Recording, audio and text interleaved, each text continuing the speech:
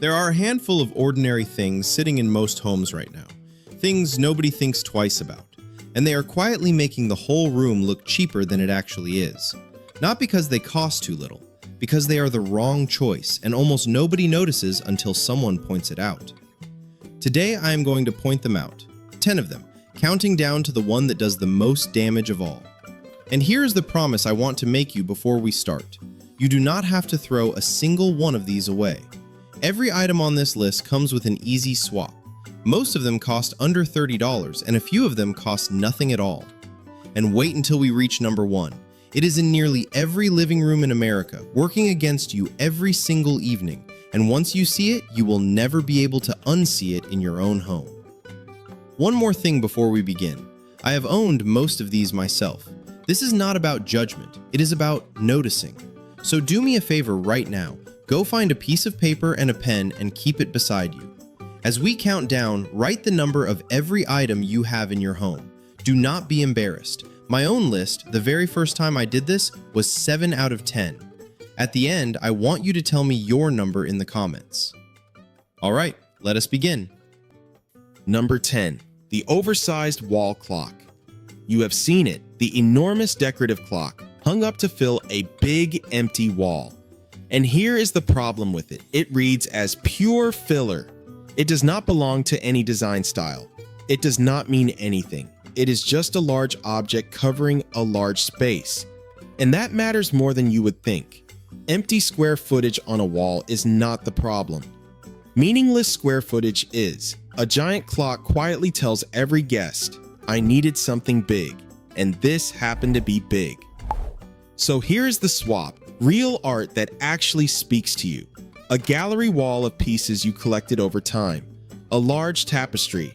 And if you are shopping on a budget, like most of us are, this is my favorite trick.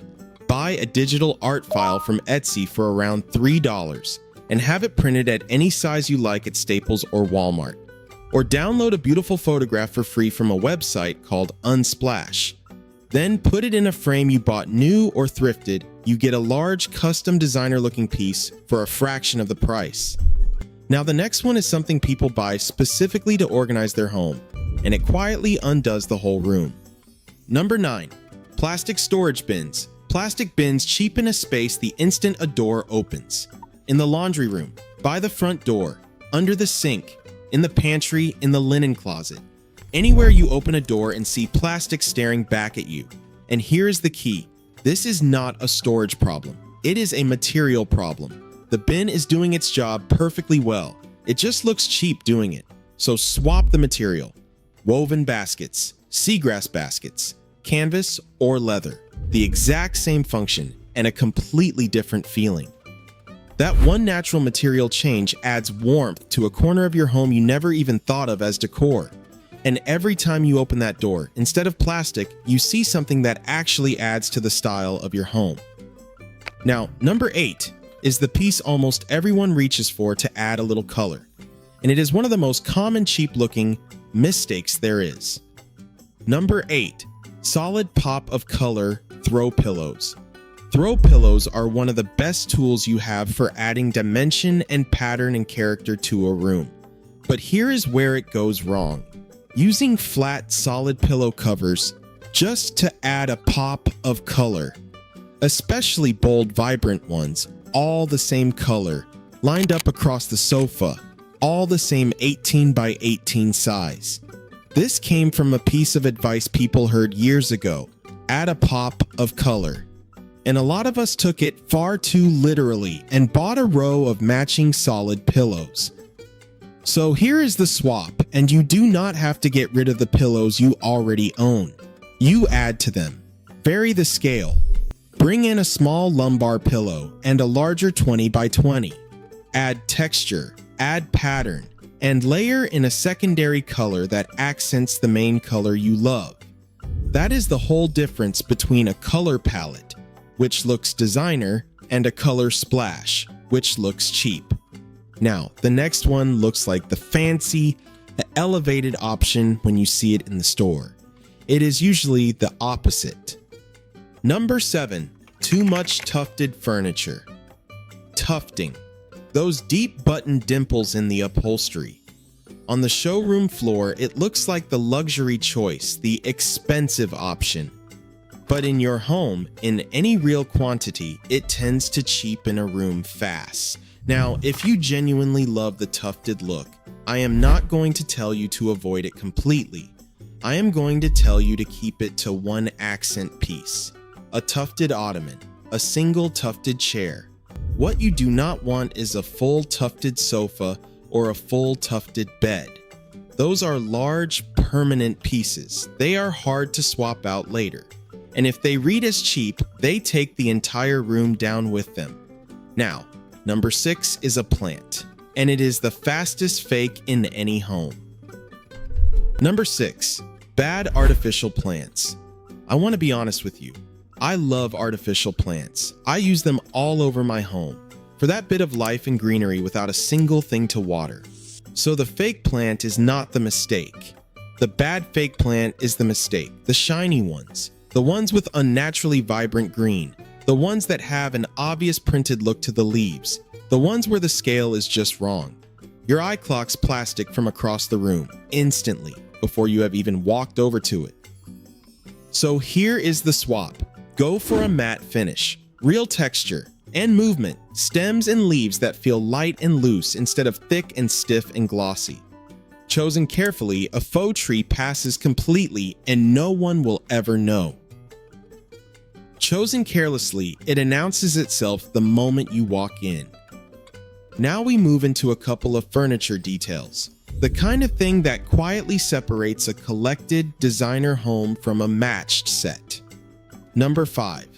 Furniture with all matching legs. This one is specific, but it makes a real difference. When every piece of furniture in a room stands on the same style of leg, the whole space starts to read as a furniture set. Bought all at once in one transaction from one page of one catalog. It looks busy and it looks cheap. So break it up. This is the fix. Mix in a piece with no legs at all. A sofa with skirting that runs all the way to the floor.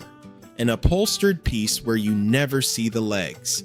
That variation, that little bit of difference from piece to piece, is exactly what reads as collected over time, instead of ordered all at once. So whenever you bring a new piece into your home, look at the legs. Ask yourself whether that style is going to add to the room or just make it busier. Now, number 4 is the storage piece I see in more homes than almost any other, and it always looks temporary. Number 4, the cube, or cubby, sideboard.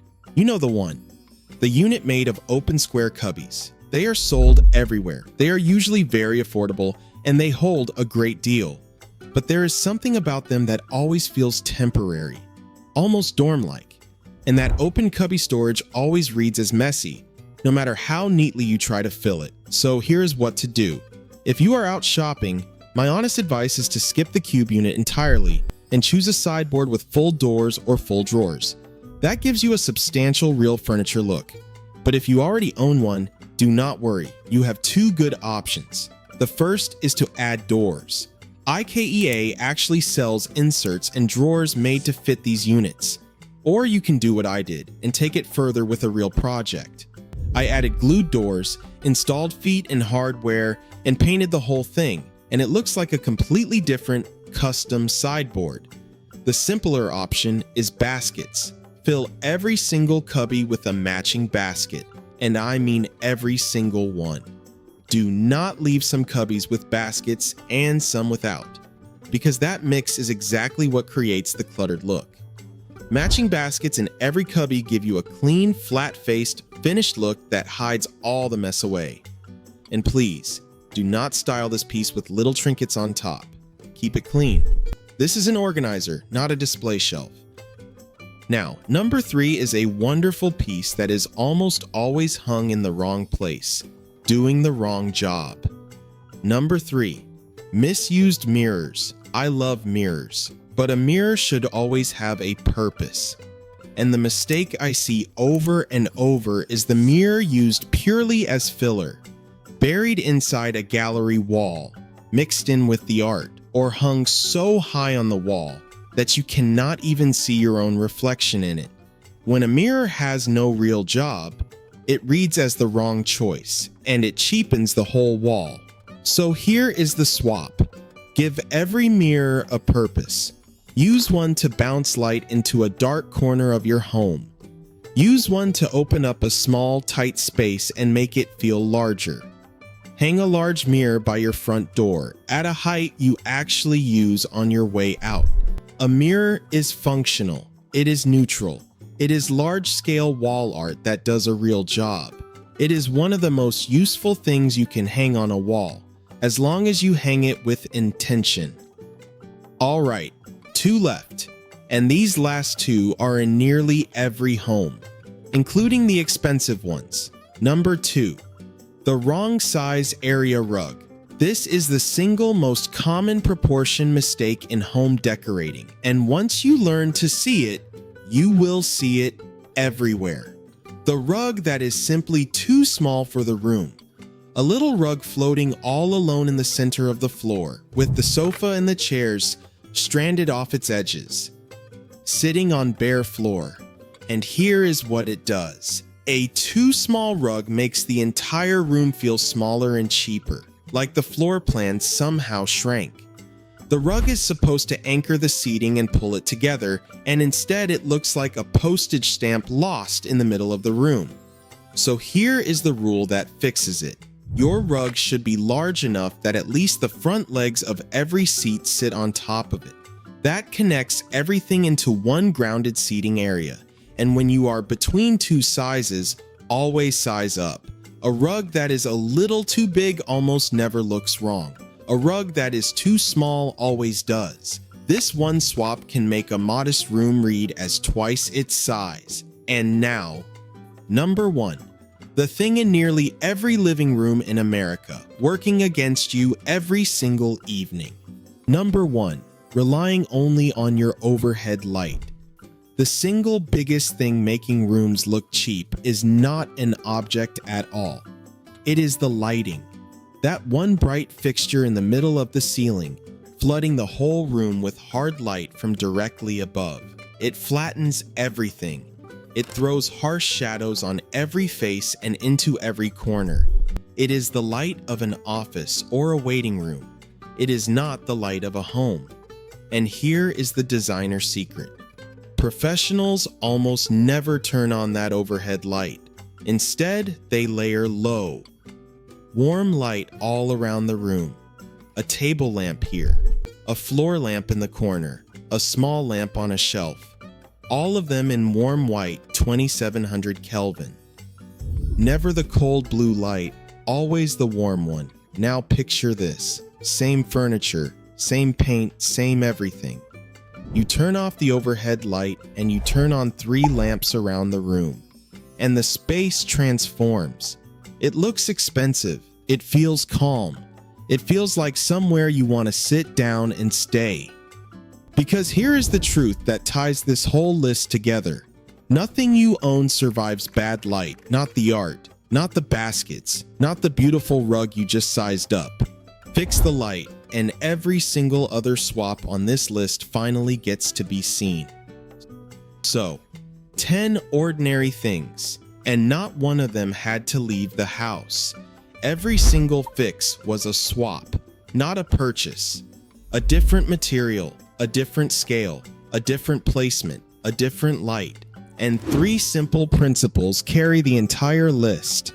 Natural materials over plastic, variation over matching, and warm layered light over one bright bulb overhead. Hold on to those 3 and you already know how to spot the next cheap looking thing before it ever comes through your front door. Now look at your paper. How many did you write down? Be honest with me and tell me your number in the comments. No judgment at all. We have every one of us been there. And remember, these are directions, not rules. If you love your big clock or that pop of color on your sofa, keep them. Your home should make you happy first. I am only showing you where these small details can take a room, so you can choose for yourself when you are ready. And here is where I want to make this easy for you. every single swap I showed you today. The woven baskets, the Maddie artificial stems, the warm 2700 Kelvin bulbs, the properly sized rug, all of it. I have gathered up and linked in the description box right below this video. These are the exact pieces I use and trust in my own home at the affordable prices I was talking about. So take a moment, scroll down, and have a look through them. If you see the fix for the one thing that has been bothering you, and you are in a position to grab it, the link is right there waiting for you. And if you are not, that is completely fine too. Now you know exactly what to look for, wherever you shop, because your home is not one big purchase away. It never was. It is a handful of small, thoughtful swaps away. And you already own most of what you need. Go take one look at that description box, pick the one swap that would make the biggest difference for you, and I will see you in the next one.